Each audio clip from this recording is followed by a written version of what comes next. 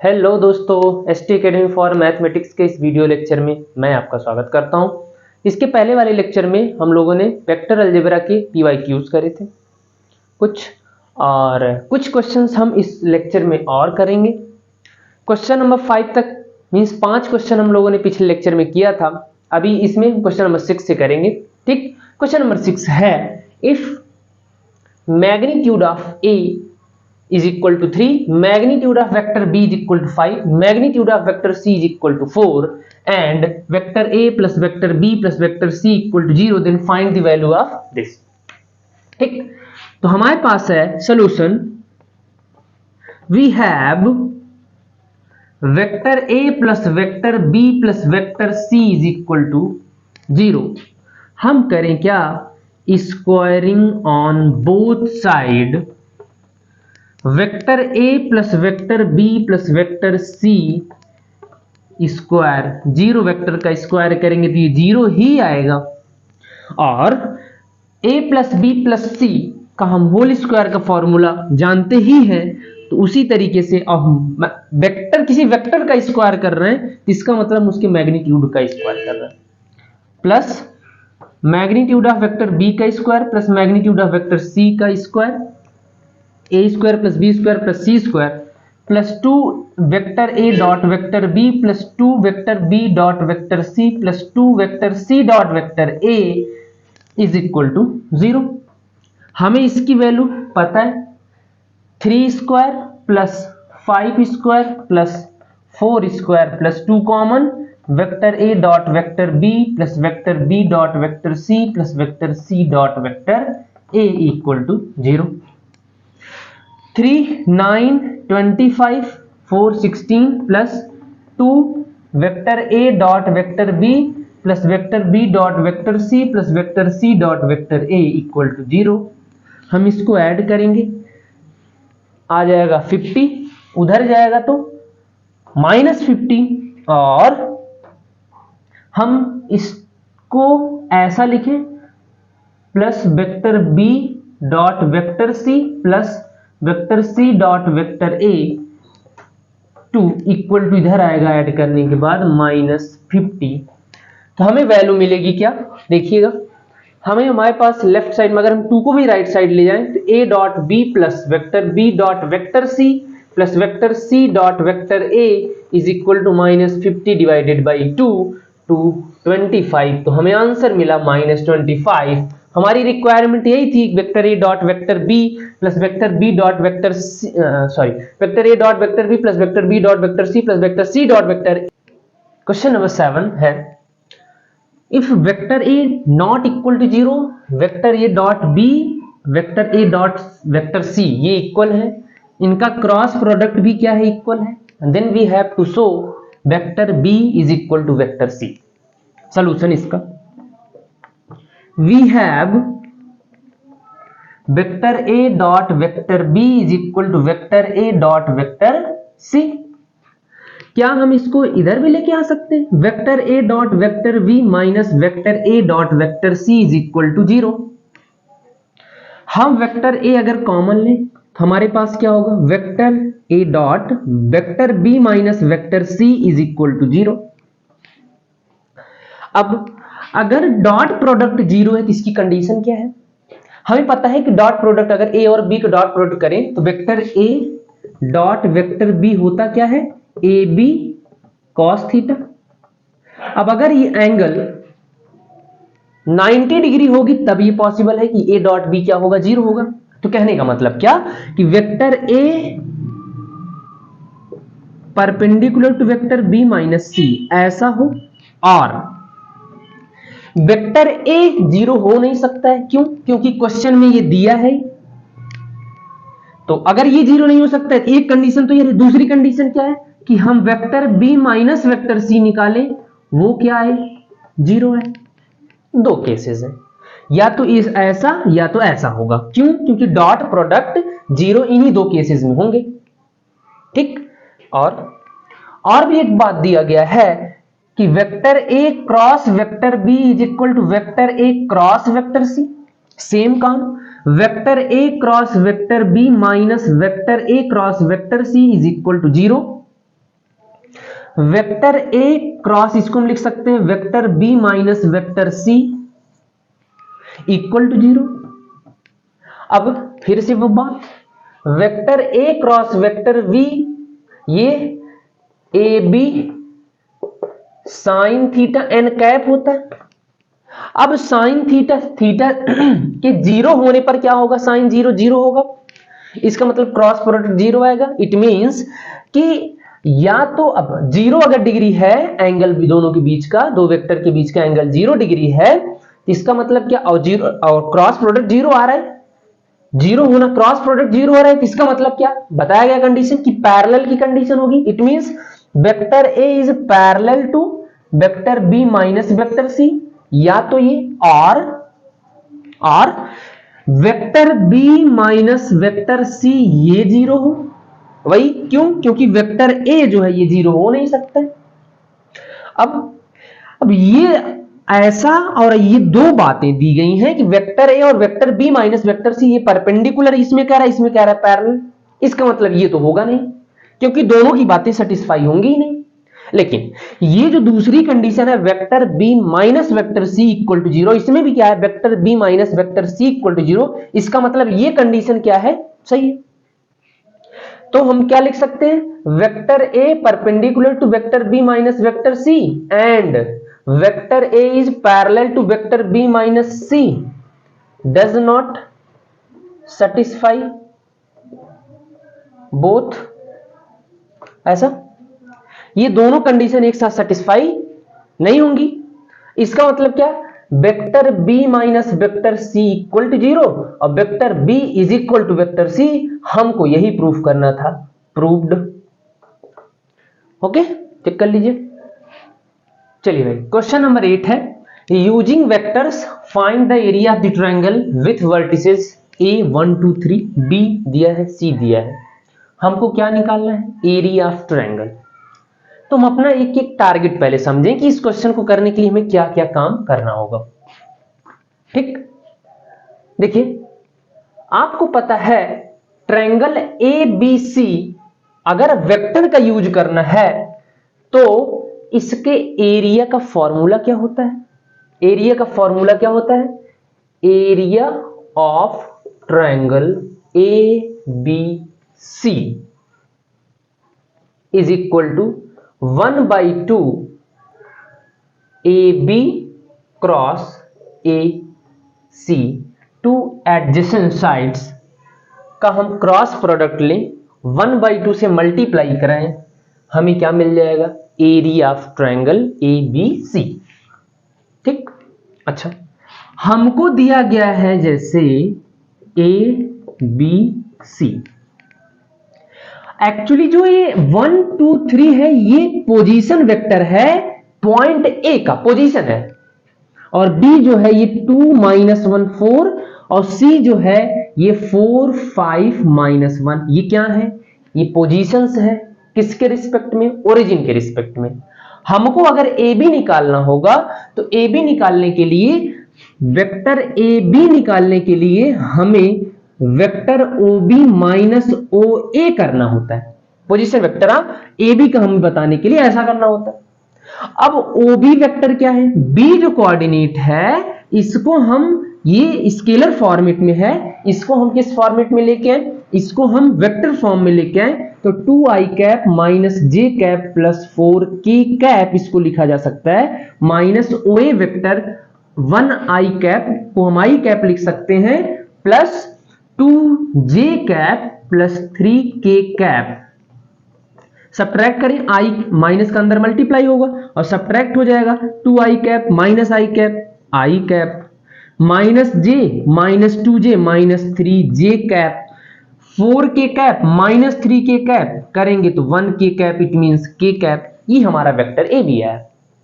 और vector A सी निकालें, तो वेक्टर ए सी निकालने के लिए वेक्टर ओ सी माइनस ओ ए वेक्टर, अब वेक्टर ओ सी फिर से हम क्या करें, इसको हम इस वेक्टर फॉर्म में लिखिए, तो 4i cap plus 5j cap minus k cap minus O A means i cap plus 2j cap plus 3k cap.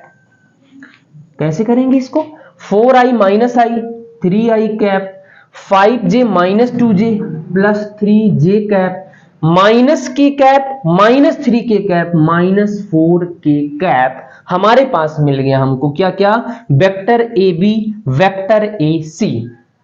अब हम क्या करें, हम इनका क्रॉस प्रोडक्ट निकालें और क्रॉस प्रोडक्ट निकालने के बाद उसका हम मैग्नीट्यूड निकालेंगे। ठीक, तो क्रॉस प्रोडक्ट चलिए निकालते हैं। A B cross A C is equal to, A B हमारे पास है, यहां ए सी है, यहां रूल क्या है क्रॉस प्रोडक्ट निकालने का, आई कैप जे कैप के कैप लिखते हैं, उसके बाद इन आई कैप जे कैप के कैप के कोफिशिएंट्स लिखते हैं। ए बी का हो जाएगा 1 माइनस 3 1, आई कैप का कोफिशिएंट 1, जे कैप का माइनस 3, के कैप का 1। ठीक, तो 1 माइनस 3 1 मैंने लिखा। इसका कोफिशिएंट 3 3 माइनस 4, ये हम निकालेंगे इसका डिटर्मिनेंट। डिटर्मिनेंट निकालेंगे क्योंकि क्रॉस प्रोडक्ट ऐसे ही निकालते हैं ना, आई कैप।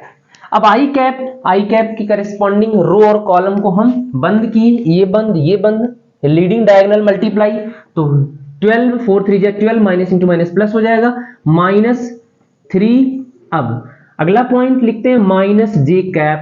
अब इसको हम बंद किए, leading diagonal 1 minus 4 multiply minus 4, 3 into 1 minus 3 plus के कैप कैसे, ये हम बंद किए, ये बंद हुआ, 3 1 जा 3 3 माइनस 3 3 जा 9 माइनस 9, और ये मैंने लिख दिया माइनस 9 इक्वल टू 12 माइनस 3 करेंगे 9 I cap minus 4 3 7 minus 7 minus into minus plus 7 J cap, ये हो जाएगा माइनस इंटू माइनस प्लस 9 और 3 12 प्लस 12 के कैप। ये मिला हमको, क्या मिला, vector A B cross vector A C मिला। अब हम क्या कर दें, अब हम इनका क्या लेंगे मैग्नीट्यूड। तो मैग्नीट्यूड लेने के लिए हमें पता है मैग्नीट्यूड हम कैसे लेते हैं, तो magnitude of A B cross A C vector is equal to under root I cap के कोफिशिएंट का स्क्वायर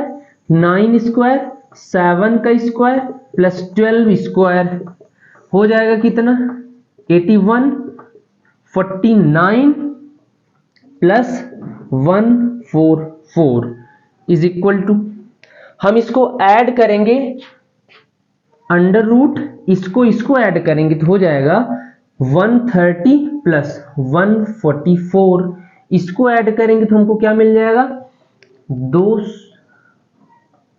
274, ये हमको मिला vector A B cross vector A सी।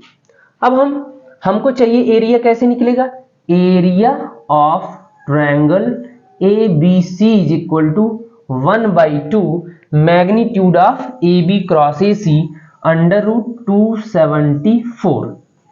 ठीक, हमारा यही आंसर हो गया। ओके, अगला क्वेश्चन है क्वेश्चन नंबर 9। ठीक, क्वेश्चन नंबर 9 क्या है, if vector A cross vector B is equal to vector C cross vector D and vector A cross C किसके इक्वल है, vector B cross vector D, then we have to show या we have to prove vector A minus D is parallel to vector B minus C. ठीक, देखो यार, parallel की condition और हमें जो क्वेश्चन दिया गया ये क्रॉस प्रोडक्ट में है, मींस क्रॉस प्रोडक्ट इसमें दिख रहा है कि इसमें क्रॉस प्रोडक्ट यूज हुआ है। अब पैरेलल की कंडीशन कब आएगी, जब हम ये प्रूफ करके दिखाएं कि vector A minus vector D cross vector B minus vector C is equal to 0। Two vectors are parallel if their cross product will be 0। ये कॉन्सेप्ट है, इसी कॉन्सेप्ट पे वर्क हमें करना है। तो शुरू करते हैं सॉल्यूशन। गिवन जो है, given vector A cross vector B is equal to vector C cross vector D, इसको हम equation first, vector A cross vector C is equal to vector B cross vector D, ये हम इस equation number second है। ठीक, अब हम आगे करते हैं क्या, subtracting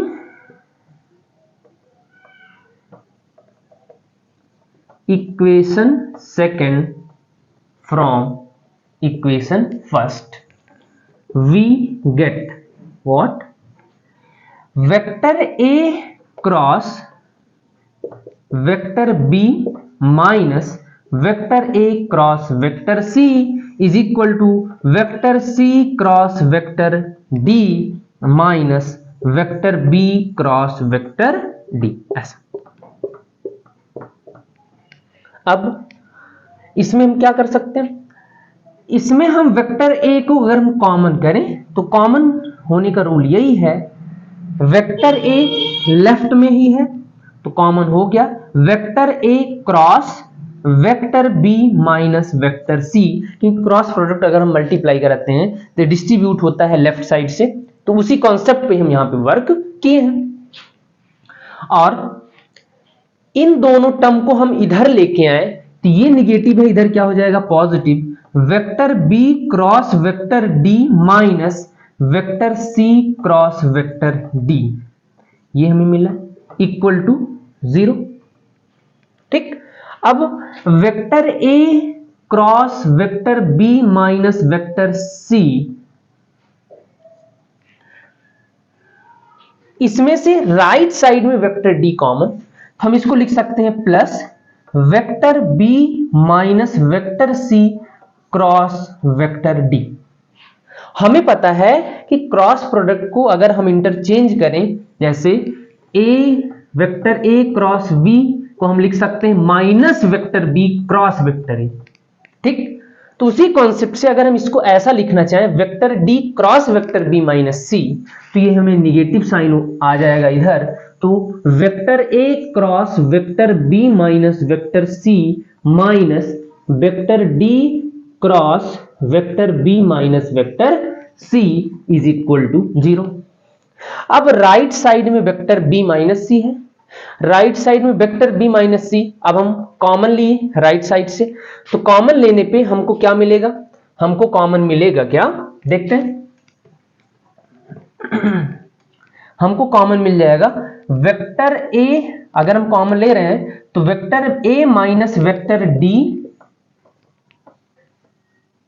cross vector B minus vector C is equal to 0। और टारगेट भी मेरा यही था कि a minus D parallel b minus C, ये करने के लिए हमको क्रॉस प्रोडक्ट क्या दिखाना होगा, 0 दिखाना होगा। क्यों?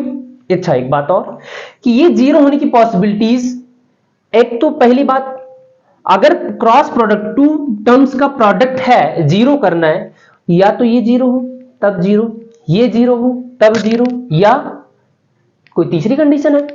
और यहां पे सिचुएशन ऐसा सेटअप किया है कि vector A does not equal to vector D, इसका मतलब ये दोनों इक्वल नहीं होंगे तो ये 0 नहीं होगा।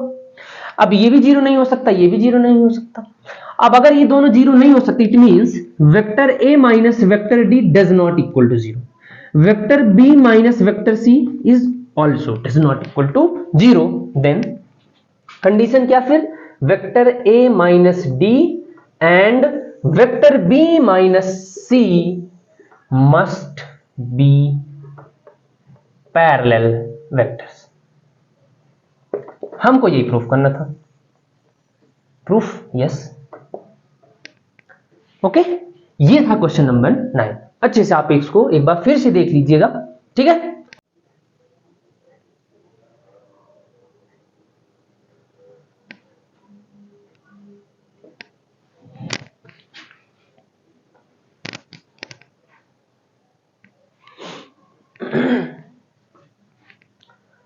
चलिए भाई, क्वेश्चन नंबर 10 है, if vector p is equal to 5 i cap plus lambda j cap minus 3 k cap and vector q is equal to i cap plus 3j minus 5 k cap, then find the value of lambda so that vector p plus q and p minus q are perpendicular vectors. अब perpendicular vector, दो vector perpendicular है, जैसे a vector b vector perpendicular है, तो उनका dot product means vector a dot vector b अगर हम निकालें तो ab cos थीटा होता है। अगर cos 90 डिग्री हो जाए परपेंडिकुलर का केस, तो cos 90 की वैल्यू होती है 0। अब cos 90 0, तो vector a means magnitude of a magnitude of b cos 90 0 multiply 0, it means vector A dot vector B क्या हो जाएगा 0। कहने का मतलब p plus Q p minus Q का डॉट प्रोडक्ट क्या आना चाहिए 0 आना चाहिए। तो कॉन्सेप्ट क्या, किस तरीके से हम लोग सॉल्व करेंगे लैम्डा की वैल्यू, हम क्या निकाले पहले vector p plus vector q p minus Q, ये दोनों निकाल के डॉट प्रोडक्ट इनका क्या कर देंगे 0 कर देंगे, लैम्डा अपने आप ही आ जाएगा। तो सॉल्यूशन इसका सबसे पहले गिवन सारी हर क्वेश्चंस में गिवन जरूर लिखेंगे, क्योंकि सीबीएसई बोर्ड में अगर आप गिवन लिख दिए तब भी 1 नंबर तो आपका फिक्स, तो गिवन आप जरूर लिखिए। फिलहाल हम सॉल्यूशन डायरेक्ट करते हैं। वेक्टर पे अब क्या गिवन में क्या लिखना है, पी ए है क्यू ये है, और हमें ये काम करना है, ये सारी चीजें आप लिखने में क्या जा रहा है, आप इतना लिख लिया, फिर इसके बाद सॉल्यूशन करिए। Vector p plus vector q अगर हम निकालें तो क्या है vector p 5i plus lambda j minus 3k cap plus q क्या है i cap plus 3j cap minus 5k cap. हम ऐड करें 5i cap plus i cap 6i cap plus lambda plus 3j cap minus 3k cap minus 5k cap.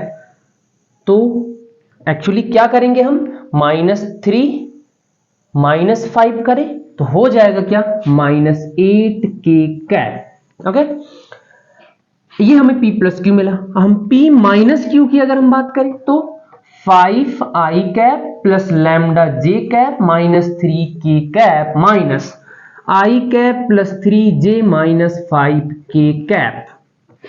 ये 5 minus का अंदर multiply, तो ये भी माइनस ये प्लस, तो 5i cap minus i cap हो जाएगा 4i cap lambda j minus 3j, it means plus lambda minus 3j cap minus 3k cap plus, तो हो जाएगा प्लस 2k कैप।